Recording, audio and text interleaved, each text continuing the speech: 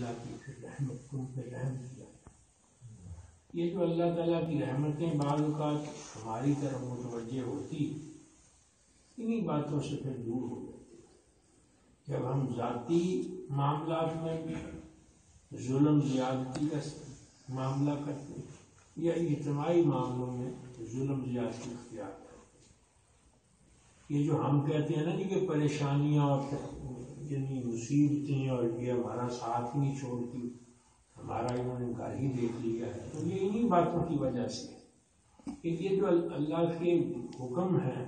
اللہ نے جو باتیں جو بیان فرمائی ہیں قرآن و حدیث میں، اس سے ہم نے منہ موڑا ہوا ہے. ہم وہاں ذاتی غرض و غائب کی جاتے ہیں، اپنی اناؤں کا درمیان میں یعنی اس کو شامل کر لیتے ہیں. اگر ہم اپنی اناؤں کو نہ شامل کریں تو بے شمار گھروں میں سکون ہو، یہ پریشانیاں نہ ہوں. اور پھر سب سے بعد جو اللہ نے آپ کو لعلکم ترحمون، یہ تو شرط ایک رکھ دی کہ تاکہ تم پہ رحم کیا جائے. تو رحم کرنے کی باتیں کیا ہے کہ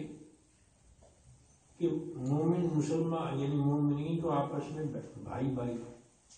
اب بھائیوں کے درمیان جب جھگڑا ہے یا کوئی مسئلہ ہے تو اس مسئلے میں آپ لوگ کیا طرز عمل اختیار کریں؟ اگر اتقوا اللہ والی بات کریں، اللہ سے ڈر کے اس میں معاملات کو شامل ہوں، تو یقیناً اس سے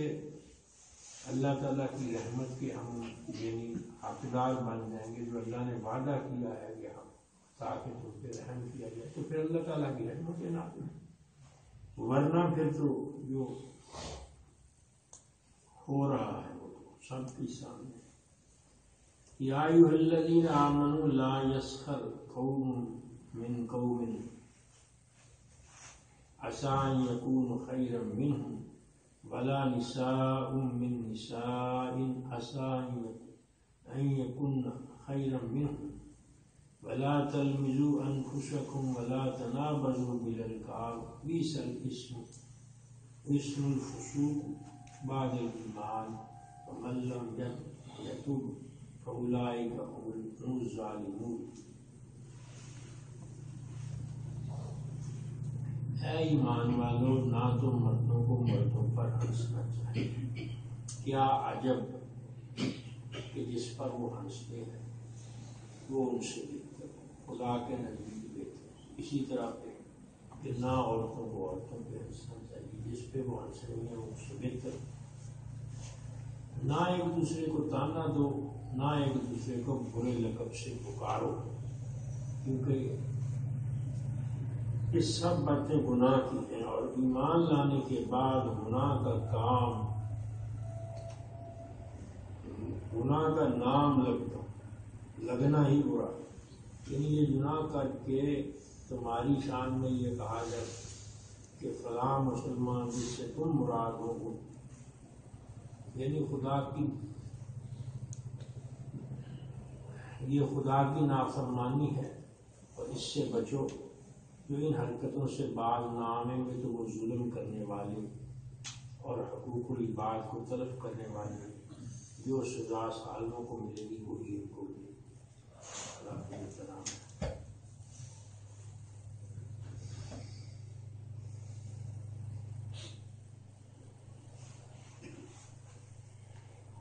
اس آیت میں 3 چیزوں کی ممانعت فرمائی. اول کسی مسلمان کے ساتھ تمسخر و استہزاء کرنا، دوسرے کسی پر تانا زنی کرنا، تیسرے کسی کو ایسے لقب سے ذکر کرنا جس سے اس کی توہین ہوتی یا وہ اس سے برا مانتا ہو.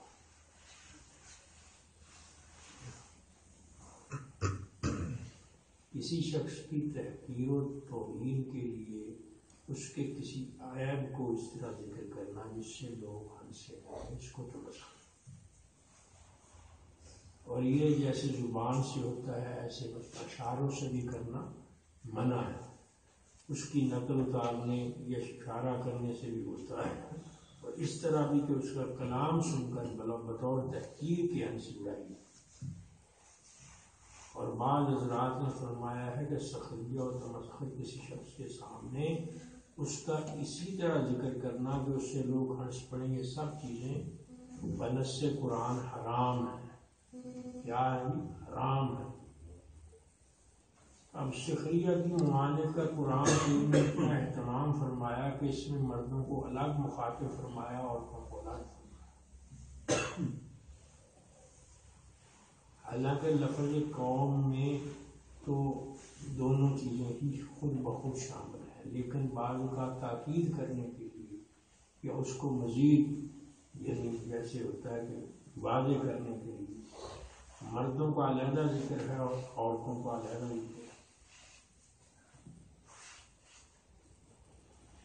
اور دونوں میں یہ ہدایت فرمائی کہ جو مرد کسی مرد کے ساتھ ہے، جو عورت کسی۔ اس میں یہ بھی بات پھر حضرت نے فرمائی کہ یہ نہیں ہے کہ مرد عورت سے تمسخر کر سکتا ہے یا عورت مرد سے کر سکتا ہے، بلکہ یہ ایک نقطہ بیان فرمایا کہ خود اس سے یہ جو عورت اور مرد کا اختلاط ہے، خود اس سے بھی ایک اشارہ اللہ تعالیٰ نے دیا کہ یہ اختلاط بھی ممنوع ہے، تاکہ یہ واقعی پیدا نہ ہو کہ عورتیں مردوں کا تمسخر اڑائیں اور مرد عورتوں کا کریں۔ ویسے کسی عورت کو یہ حق نہیں کہ کسی مرد کا تمسخر اڑائے گی، تو وہ بھی اس آیت کی روح سے حرام ہے۔ اسی طرح کو مرد کسی عورت کا کرے تو وہ بھی حرام ہے۔ اور آپس میں تو پھر صراحتاً اللہ تعالیٰ نے فرمایا۔ حاصل آیت کا یہ ہے کہ اگر کسی شخص کے بدن یا صورت یا قد و قامت میں کوئی عیب نظر آئے تو کسی کو اس پر ہنسنے یا استہزاء کرنے کی جرات نہ کرنا چاہیے، کیونکہ اسے معلوم نہیں شاید وہ اپنے صدق و اخلاص وغیرہ کے سبب اللہ کے نزدیک اس سے زیادہ بہتر اور افضل ہو۔ اس آیت کو سن کر سلف صالحین کا حال یہ ہو گیا تھا کہ عمرو بن شدید نے فرمایا کہ میں اگر کسی شخص کو بکری کے تھنوں سے منہ لگا کر دودھ پیتے دیکھتا تو اس پر مجھے ہنسی آتی تو میں ڈرتا کہ کہیں میں بھی ایسا نہ ہو جاؤں۔ اور حضرت عبداللہ بن مسعود نے فرمایا ہے کہ میں اگر کسی کتے کے ساتھ بھی استہزاء کروں تو مجھے ڈر ہوتا ہے کہ میں خود کتا ہی نہ بنا لیا جاؤں۔ اب یہ طرز عمل تھا مطلب صحابہ کرام رضوان اللہ اجمعین کا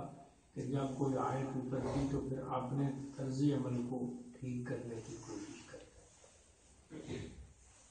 صحیح مسلم میں حضرت ابو ہریرہ رضی اللہ تعالیٰ عنہ سے روایت ہے کہ رسول اللہ صلی اللہ علیہ وسلم نے فرمایا کہ اللہ تعالیٰ مسلمانوں کی صورتوں اور ان کے مال و دولت پر نظر نہیں فرماتا، بلکہ ان کے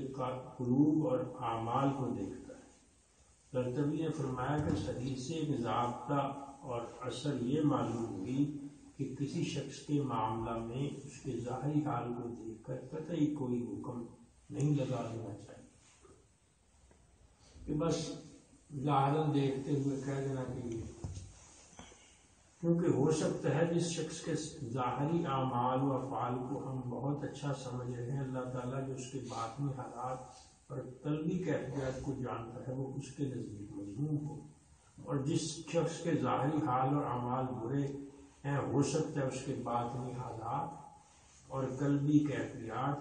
اس کے اعمال بد کا کفارہ بن گئے۔ اس لیے جس شخص کو بری حالت یا برے اعمال میں مبتلا دیکھوں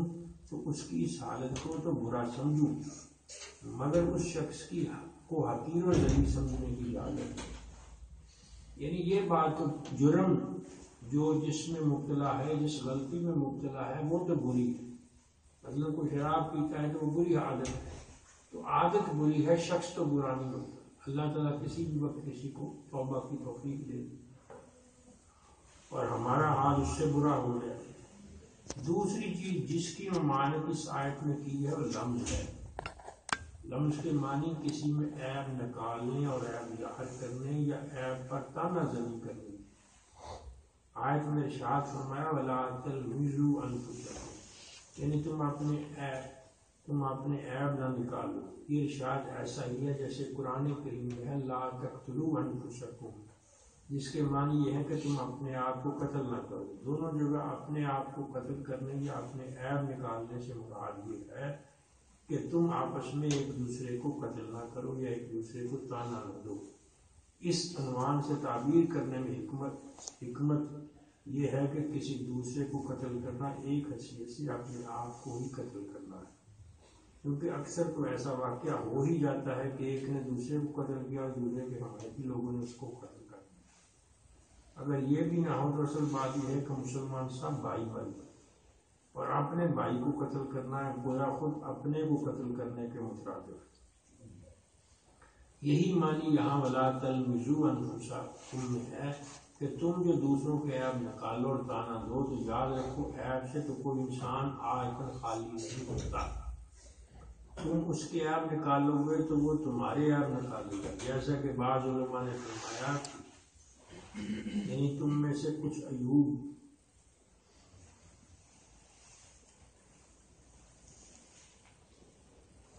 تم میں بھی کچھ عیوب ہیں اور لوگوں کی آنکھیں ہیں جو ان کو دیکھتی ہیں۔ تم کسی کے عیب نکالو گے اور تانا زنی کرو گے تو وہ تم پر بھی یہی عمل کریں گے۔ بالفرض اس نے صبر بھی کر لیا، یعنی اس نے آپ کے عیب نہیں نکالے یا تانا زنی نہیں کی کہ ایک اپنے بھائی کی بدنامی اور تذلیل پر غور کریں تو اپنی ہی تذلیل اور تحقیر ہے۔ علماء نے فرمایا کہ انسان کی سعادت اور خوش نصیبی اسی میں ہے کہ اپنے عیوب پر نظر رکھے، ان کی اصلاح کی فکر میں لگا رہے، اور جو ایسا کرے گا اس کو دوسروں کے عیب نکالنے اور بیان کرنے کی فرصت ہی نہ ملے۔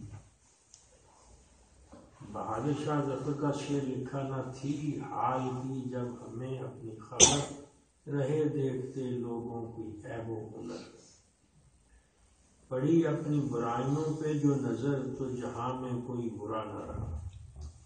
تیسری چیز جس سے اس آیت میں ممانعت کی گئی ہے وہ کسی دوسرے کو برے لقب سے پکارنا جس سے وہ ناراض ہوتا ہو، جیسے کسی کو لنگڑا لولا یا اندھا کانا کہہ کر پکارنا۔ اس لفظ سے اس کا ذکر اس طرح کرنا جو کسی شخص کی تحقیر کے لیے استعمال کیا۔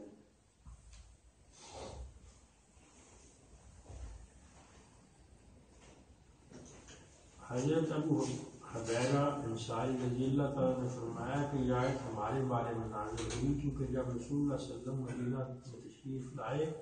تو ہم میں اکثر لوگ ایسے تھے جن کے 2 یا 3 نام مشہور تھے، اور ان میں سے بعض نام ایسے تھے جو لوگوں نے اس کو آڑ دلانے اور تحقیر و توہین کے لیے مشہور کر دیے تھے۔ آپ کو یہ معلوم نہ تھا،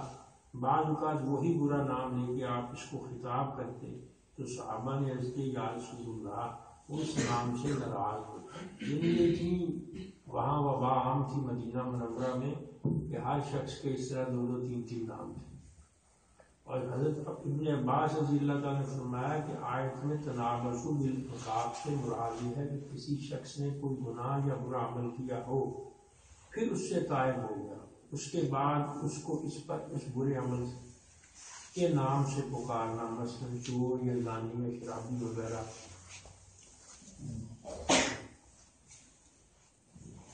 باوجود اس کے کہ اس نے ان گناہوں سے توبہ کر لی ہو، تو اس کو پچھلے عمل سے آڑ دلانا اور تحقیر کرنا حرام ہے۔ حدیث رسول صلی اللہ علیہ وسلم میں ہے کہ جو شخص کسی مسلمان کو کسی ایسے گناہ پر آڑ دلائے جس سے اس نے توبہ کر لی ہو تو اللہ نے اپنے ذمے لے لیا ہے کہ اس کو اسی گناہ میں مبتلا کر کے دنیا آخرت میں رسوا کرے۔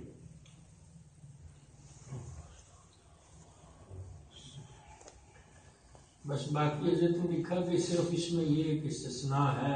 کہ کوئی آدمی کسی ایسے لقب سے یا ایسی بات سے مشہور ہو جائے کہ جس کے بغیر اس کی پہچان ہی نہ ہو، یعنی یہ بتانے کے لیے کس کا ذکر ہو رہا ہے، تو اس حالت میں، اور ویسے بھی اس میں شرط یہ ہے کہ تحقیر کے لیے، تو اگر کسی کی پہچان کے لیے کسی وقت بتانا پڑے گا کس کا ذکر کرتا ہوں، تو اس کی وہ بات جو وہ بظاہر اس کا ایک نقص یا عیب ہی ہو، یعنی جیسے کہ وہ جو لنگڑا ہے لیکن اس کو اس ان الفاظوں سے پکارنا عام طور پہ تو منع ہے، لیکن یہ اس طرح استثناء ہے کہ اگر کہیں اس کا ذکر آئے کہ کون سے رحمان، کس رحمان کی بات کریں، وہ آنکھوں سے اندھا ہے یا ٹانگوں سے لنگڑا ہے یا جو پاؤں سے اس طرح ہے، یعنی اس طرح استثناء ہے. لیکن وہی بات کہ تانا زنی کے نقطہ نظر سے اب اس میں بھی ان تینوں چیزوں میں بھی ہم اپنے معاشرتی سطح پہ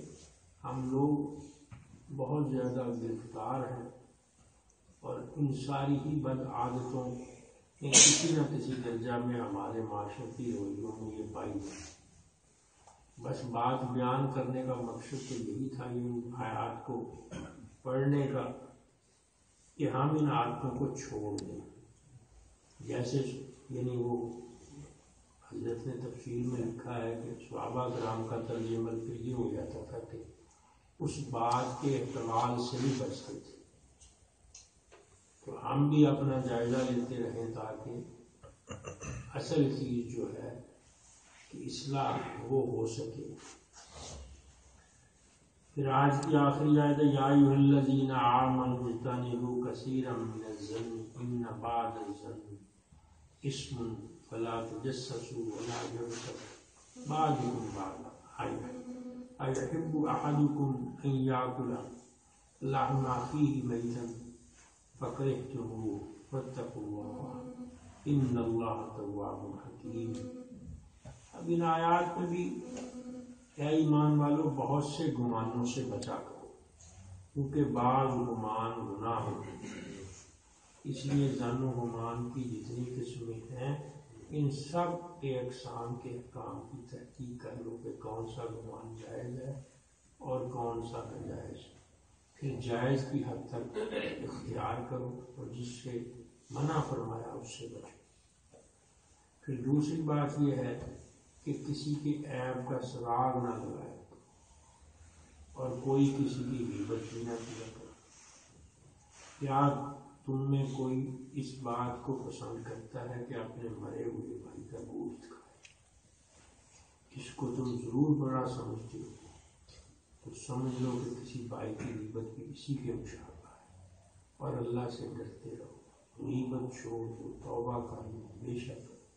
اللہ تعالیٰ بڑا توبہ قبول کرنے والا اور مہربان ہے.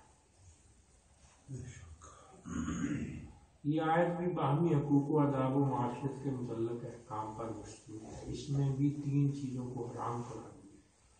اول ظن جس کی تفصیل، دوسرے تجسس یعنی کسی پوشیدہ عیب کا سراغ، تیسرا غیبت یعنی کسی غیر حاضر آدمی کے متعلق کوئی ایسی بات کہنا جس کو اگر وہ سنتا تو اس کو ناگوار.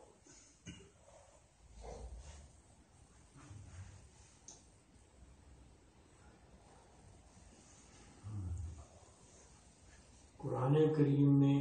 یہ جو ذکر ہے ارشاد باری تعالیٰ کے بہت سے گمانوں سے بچا کر،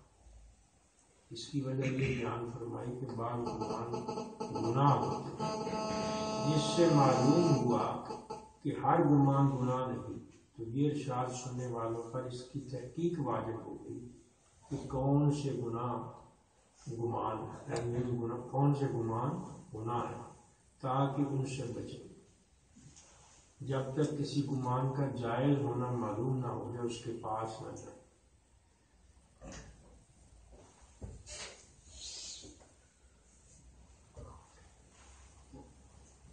علماء نے اس کی چار قسمیں بیان کی ہیں. ایک حرام ہے، دوسرا معمول بہی اور واجب، تیسرا مستحب اور مندوب، اور چوتھا مباح اور جائز. ظن حرام یہ ہے کہ اللہ تعالیٰ کے ساتھ بدگمانی رکھے کہ وہ مجھے عذاب ہی دے گا یا مصیبت ہی میں رکھے گا. اسی طرح اللہ کی مغفرت و رحمت سے گویا مایوس ہونا، اس طرح کا ظن یا گمان کرنا یہ منع ہے، حرام ہے. حضرت جابر رضی اللہ تعالیٰ عنہ سے روایت ہے کہ تم میں سے کسی کو اس کے بغیر موت نہ آنی چاہیے کہ اس کا اللہ کے ساتھ اچھا گمان ہو. پھر ایک دوسری حدیث میں ہے کہ اللہ تعالیٰ کا معاملہ بندے کے ساتھ اس کے ظن کے مطابق، تو اللہ سے رحمت کی امید رکھنی چاہیے اور یہی گمان کرنا چاہیے کہ اللہ رحمت کا معاملہ کریں، ہمارے گناہ معاف فرما دیں۔ جب ہم اللہ سے معافی مانگیں گے تو اللہ تعالیٰ معاف فرما لیں۔ اللہ کے وعدے یہی ہیں کہ اللہ تعالیٰ کہتے ہیں کہ آپ خود، اللہ نے جب یہ کہا کہ مجھ سے معافی مانگو تو پھر یہ گمان کرنا چاہیے جب اس نے بڑے نے ایک بات کہی ہے تو اس کو انشاءاللہ پورا بھی کریں گے۔ تو اس گمان کو اختیار کرنا یعنی حکم ہے اس کا، اور اس کے خلاف ظن یعنی خیال کرنا یا گمان کرنا حرام ہے۔ اس سے معلوم ہوا اللہ کے ساتھ حسن ظن فرض ہے اور بدگمانی حرام۔ اسی طرح ایسے مسلمان جو ظاہری حالت میں نیک دیکھے جاتے ہیں ان کے متعلق بلا کسی قوی دلیل کے بدگمانی کرنا حرام ہے،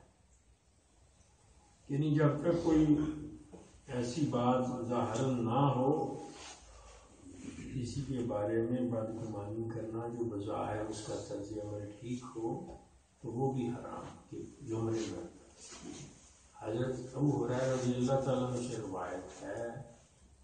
کہ یعنی گمان سے بچو، کیونکہ گمان جھوٹی بات ہے۔ یہاں ظن سے مراد بالاتفاق کسی مسلمان کے ساتھ بلا کسی قوی دلیل کے بدگمانی کرنا، یعنی یہ جو کہا کہ گمان سے بچو مراد یہ کہ ایسی بدگمانی سے بچو جس کی کوئی دلیل نہ ہو۔ جو کام ایسے ہیں کہ ان میں کسی جانب پر عمل کرنا شرعاً ضروری ہے اور اس کے متعلق قرآن و سنت میں کوئی دلیل واضح موجود نہیں، وہاں پر ظن غالب پر عمل کرنا واجب ہے، جیسے باہمی منازعات و مقدمات کے فیصلہ میں سکا گواہ کی گواہی، یعنی یعنی جس بندے کی گواہی پہ ایمان ہو، یعنی وہ خیال ہو کہ وہ سچا گواہ ہے، وہ ٹھیک بات کر رہا ہے، اب احتمال تو یہ بھی ہو سکتا ہے کہ وہ غلط بات کر رہا ہو، تو اب اس پہ بھی یعنی عمل کرنا یہ واجب جو فرمایا حضرت نے، یہ بھی ظن کی بنیاد پہ ہے، کوئی کسی کے دل کا حال تو جانتا ہے، اگرچہ یہ امکان و احتمال وہاں بھی ہے کہ شاید کسی سکا آدمی نے اس وقت جھوٹ بولا ہو، اس لیے اس کا سچا ہونا صرف ظن غالب ہے اور اسی پر عمل واجب ہے۔ اسی طرح جہاں سمت قبلہ معلوم نہ ہو اور کوئی ایسا آدمی بھی نہ ہو جس سے معلوم کی جا سکے، وہاں اپنے ظن غالب پر عمل ضروری ہے۔ اسی طرح کسی شخص پر کسی چیز کا ضمان دینا واجب ہو تو اس ضائع شدہ چیز کی قیمت میں ظن غالب پر ہی عمل کرنا واجب، یعنی اندازے سے اپنے تخمینے سے جو بھی کریں گے وہ ٹھیک ہوگا، مطلب اس پہ پکڑ نہیں ہے۔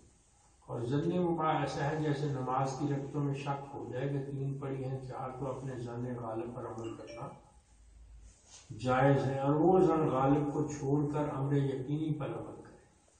اگر وہ ظن غالب کو چھوڑ کر یعنی 3 رکعت قرار دے کر 4تھی پڑھ لے تو یہ بھی جائز ہے۔ اور ظن مستحب یہ ہے کہ ہر مسلمان کے ساتھ نیک گمان رکھے، اس پر ثواب ملتا ہے۔ قرآن قرطبی نے فرمایا کہ قرآن کریم کا ارشاد ہے کہ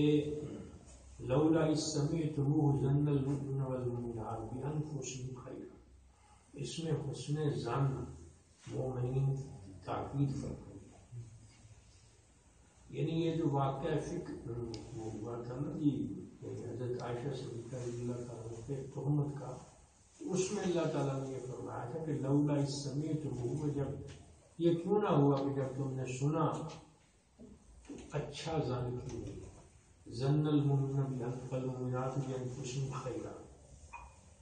برائی کی طرف خیال کیوں کیا، یعنی یہ کیوں نہیں کیا کہ آپ لوگوں نے ظن خیر اختیار کیوں کیا۔ ہر شخص سے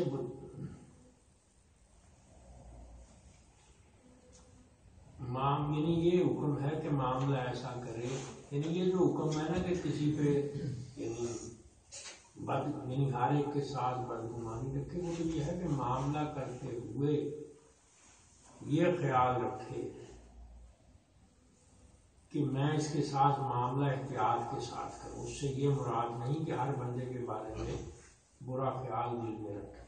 بلکہ حکم تو یہ کہتا کہ حضور صلی اللہ علیہ وسلم نے حدیث پاک میں فرمایا کہ مجھے اپنے بھائی کے بارے میں اس طرح شکایات نہ کیا کرو کہ میں جب گھر سے نکلوں تو میرے دل میں اس شخص کے بارے میں کوئی بدگمانی یا برا خیال ہو.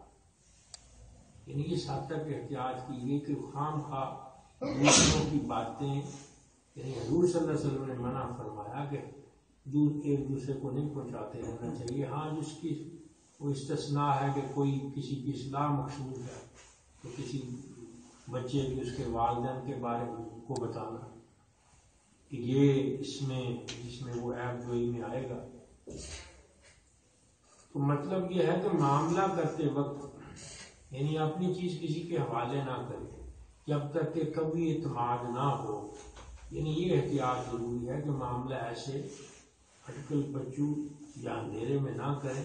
اس کا یہ مطلب نہیں کہ کسی کے بارے میں بدگمانی کرے، بلکہ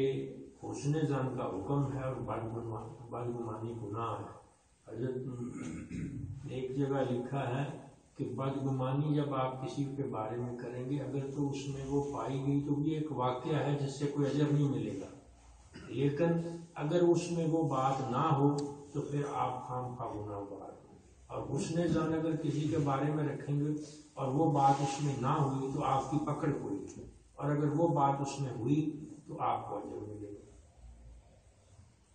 دوسری چیز جس سے اس آیت میں منع کیا ہے تجسس ہے، یعنی کسی کے عیب کی تلاش اور سراغ ہونا. اب یہ کہ ہر وقت تو میں رہنا کہ کون کیا کرتا ہے، یہ بھی ہمارا ایک معاشرتی رویہ ہے. پھر اس کی بنیاد پر باتیں ہم نے مشہور کرتے ہیں، ایک دوسرے کی چیزیں ڈھونڈ کے کہ کسی کے عیبوں پہ پردہ ڈالنے کا حکم ہے. یہ حکم نہیں ہے کہ کسی کے عیب ڈھونڈ کے ضرور ساری دنیا کو بتائیں وہی بات کہ جہاں احتمال ہو کسی کو مضرت سے بچانے کا کہ کوئی نقصان نہ ہو جائے، کہ دو آدمی آپس میں معاملہ کر رہے ہیں اور آپ کو علم ہو گیا اور یہ آپ کے علم میں ہے کہ وہ بندہ معاملے میں ٹھیک نہیں ہے، تو اس بھائی کو اس نقصان سے بچانے کی غرض سے تو اس کی کوئی بات ایسی ہے جو آپ بتا، لیکن خود ٹو میں لگے رہنا اور پھر اس ٹو کے بعد کہ جو بات مجھے مل گئی ہے وہ میں ضرور دوسروں تک پہنچاؤں، یہ کوئی یعنی یہ طرز عمل جو ہے خالصتاً غیر اسلامی ہے.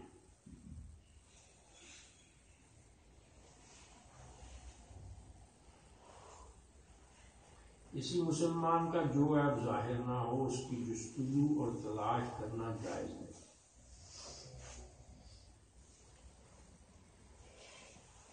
اسی طرح پھر آخری بات جو ہے مسلمانوں کی غیبت نہ کرو،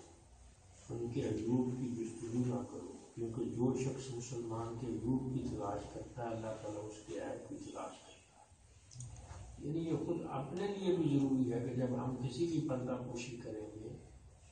تو اللہ تعالیٰ ہمارے عیوب سے بھی کئی پردے ڈالنے لگے گا. اب تک جب ہم یہ کوشش کریں گے کہ کسی کی عزت و آبرو کی حفاظت ہو، کسی کو بے آبرو نہ کیا جائے، تو اللہ تعالیٰ ہمیں ہمارے عیوب کی چھپا کے ہمیں بھی بے آبرو ہونے سے بچائیں. بیان القرآن میں ہے کہ چھپ کر کسی کی باتیں سننا، اپنے کو سوتا ہوا ظاہر کر کے تجسس کر کے باتیں سننا، یہ سب اسی میں شامل ہے. یعنی یہ تجسس کی قسمیں ہیں کہ چار آدمی بیٹھے ہیں، میں اپنے آپ کو سوتا ظاہر کر کے ان کی باتیں سننے کے لیے لیٹا رہوں. حکم تو یہ ہے کہ اگر کوئی بات کر رہے ہیں اور وہ ان کو احتمال ہے کہ میں سو گیا ہوں تو ظاہر کر دوں کہ میں سویا جا رہا. باقی اس میں وہی جو پہلے بات ہو گئی